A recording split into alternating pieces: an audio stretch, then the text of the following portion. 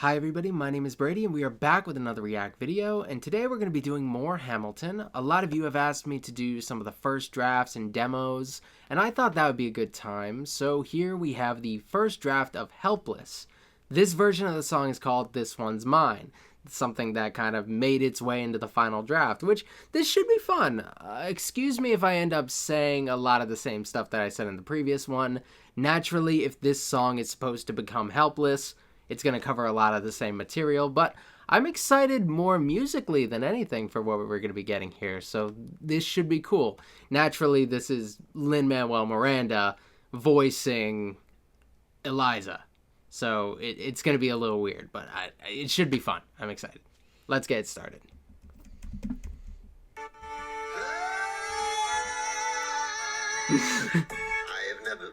Okay, can we just... That was amazing. I mean, okay, I'm not going to make fun of his singing because I can't sing at all.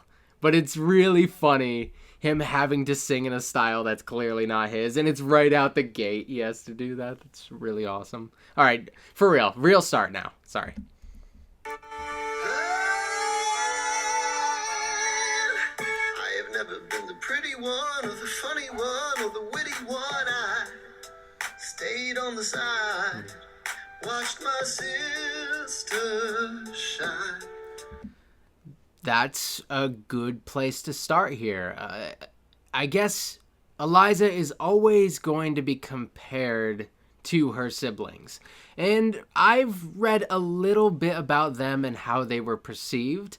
More or less, it seems like everybody agrees that Angelica was the prettiest one, though I have heard some stuff that said that Peggy was the prettiest one. It's subjective or whatever, but nobody really made that argument for Eliza. She was very subdued personally compared to the other two, and you can get that from the musical. You don't really need to read a biography to understand that. Oh yeah, and the witty one and stuff like that. I guess it is important to say that their educations were comparable. It's not like Angelica became the way she was because she was spoiled to death with more education or whatever. It seems like they got very similar education. At least these three sisters. I don't know about the younger generation of Schuyler sisters that would come along later, but I believe that, we have some similarly educated girls, and Angelica just happened to have a natural inclination to be good at all this high society stuff, and I guess it didn't come to Eliza nearly as easily. Took it all in stride till that night. We were visiting the rebels, handsome devils. They were rebels every night. And my sister would dance with the soldiers while I looked on with pride. You walked in. Oof. I mean, it's hard not to say stuff about this musically. It is... I'm trying to put my finger on what he's going for here, because a lot of these songs are direct references to other things, and I don't know if this one ever was that. I don't know, maybe if he was going for a different style here. This sounds a lot more somber than the very upbeat, sort of happy, optimistic tune that Helpless would end up being. So I'm glad he opted for that, but this is communicating a kind of insecurity that I think is good to show in Eliza, because she was a little insecure. She definitely compared herself to her siblings. What sibling doesn't compare themselves to their siblings? I've talked about in previous videos that she was not really fond of her own writing, and she would probably see herself as inferior to Angelica in that regard. But yeah, I'm sure there are plenty of ways in which she would have looked at her siblings and maybe felt a little small. Let me go back just a sec. Looked on with pride. You walked in to the room, and I knew I would never be the same.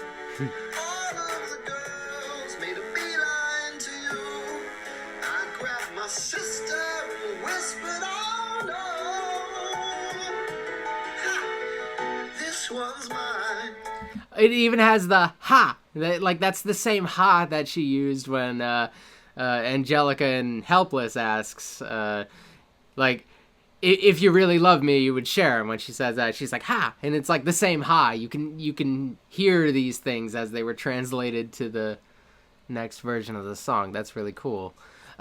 This really puts a lot of emphasis on how charming a person Alexander would have been at the time. I've talked about this in the past. He was no doubt exceptionally handsome, and that's definitely something that would have drawn her. And I do have to say that, and I have talked about this in the past, but this wouldn't have been their first meeting. They would have met each other before. It's very possible that Alexander knew she was going to be here and was thinking, okay, this is the night I try. Because it really kicks off here. Hey, maybe I'm a little crazy, but maybe I saw you and said this was mine. That's usually not who I am. A hot damn. It's portraying her like she's really going out on a limb here.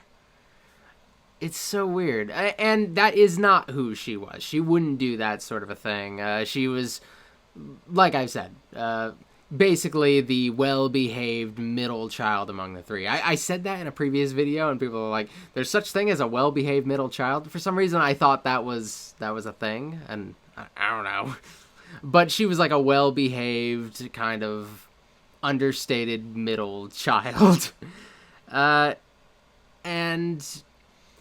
I can't possibly imagine her being, like, really assertive in pursuing him. So I'd imagine it was actually the other way around, more or less. But I don't know. There was definitely some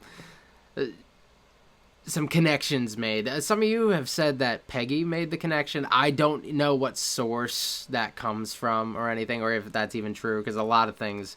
I've learned a lot about fandoms, and a lot of things get spread through the fandom, and I have no idea where they come from.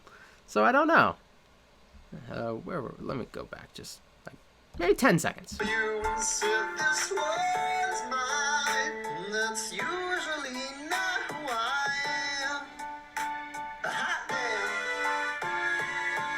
damn. You were capable of anything. You would take a thing. You would make it sing. I marveled at your mind. Even my father said, this one burns bright. Yeah, her father, Philip Schuyler, ended up really liking Alexander. John Church, who was Angelica's husband, he didn't get a very good first impression of him. So I think that might have made it even easier for Alexander. Like, he's this... Yeah, he doesn't have a lot of wealth, a lot of prestige, but he has, like, all the potential in the world, and you can see that from the position that he's in. When he's in with Washington, Philip Schuyler understands the significance of that sort of position and what it takes to get there and to be trusted the way that Alexander was. So a mixture of Alexander just being flat out impressive and John Church lowering Philip Schuyler's standards, I'm sure, it helps. And it's not like... I don't think Philip ended up disliking John Church forever. I think he grew a little bit more fond of him later on, but I don't think he'd ever like him nearly as much as he liked Alexander. Hold him tight. Ha! I was ready for a wedding ring or anything you were peddling, and then one night you were leaving. You'd gotten your orders off to fight, and I cried, but you told me I don't have a dollar to my name. No applause, no acclaim, but if I come back alive, there is nothing I won't provide. I said I just want to wake up with you by my side, and you kissed me and whispered the words I'd been saying inside. You're mine. Oh, that was cute. Okay, I like what it's doing here. Like they explore this idea a little bit in the main musical, but I kind of like what this one does and like how they get together so suddenly and then suddenly they're apart again. And that's the cycle of their whole relationship, it seems. They come back together and then Alexander has to go off and do whatever he happens to be working on at the time. Uh, Here we're talking about his time in the military. In the future, we'll be talking about him jumping headfirst into government, his law practice. This is just how it goes. And Eliza is the ideal supportive wife, although she will disagree with him here and there. She will always kind of give in to him. She will always kind of live as kind of an accessory to what he wants to do. She took on a subordinate position, and that's not abnormal by any means, but we have a range of women who will like just follow unconditionally, and then we'll have some that may be more likely to give you a little bit more trouble, be a little bit more catty about it. Yeah, I think this song, I understand why this was taken out, but I like this part right towards the end here. This is, or I guess we're kind of like late middle at this point, but I like the tone of this. But it's not what they were going for, and they kind of explore it a little bit more in other songs in the musical. So I totally get it. Hey, we were married that night. Oof. I screamed up to the sky, this one's mine. And you better take care of my baby. He's gonna change the world, set us free, stay alive, come home to me. One day they'll tell stories of his deeds, and they'll ask what was he really like. I'll say he was mine. So that last part that feels like it's like a prayer, kind of like it's take care of him or whatever, and I like that. She was the religious nature of the Hamilton family is sometimes hard to put your finger on, and I think a huge part of that is because you can never really know what people believe deep down. People have their public persona, people have their private persona. Sometimes people will be more religious publicly than privately. I think the Hamiltons were always at least a little bit religious. However, I think Alexander, he's one of those cases where he embraces it more than a lot of founding fathers, but then he gets so caught up in what's going on in his life, and it takes a lot to pull him back into his religious practices, I guess. I don't know if he ever lost it. I don't think he did. But I think he definitely gets caught up in what he's doing to a great degree and puts a lot less focus on it during certain times of his life. But then he ends up struggling a little bit more, and he doubles down in the direction of religion. And I use that term double down a whole lot when talking about Hamilton's life and the people around him, but it's just, I guess, it feels like the most appropriate term. No matter what comes down the line, this one's mine. Oh, mine, oh, mine. So yeah, musically, of course I'm not gonna make fun of him because he's pulling that off way better than I ever could. He's actually a very good singer. I can see the fact that he's singing out of his range. He's singing for a totally different person's role. And I would love to hear this song done by the original actor for Eliza, because I think she would kill it on this one. I think that was really cool. It is somber. It's weird. It's somber and optimistic simultaneously somewhat.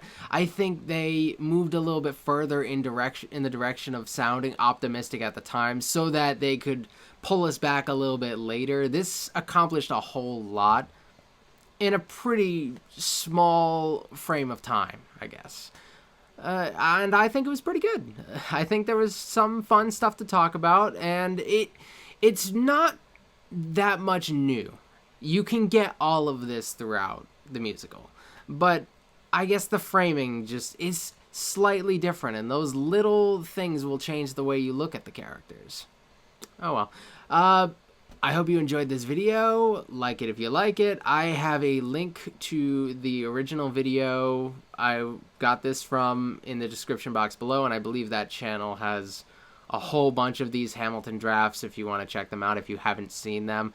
And I plan on going back to them a little bit more. I'm going to be doing, obviously, the rest of the musical as well, but I think these are very cool because I've not checked out most of them, so that should be fun to check out. So I will see you guys in the near future. No, I won't. You'll see me. I never see you, but you know what I mean. Thank you. Like this video if you like this video. Subscribe for more, and that's about it. Later.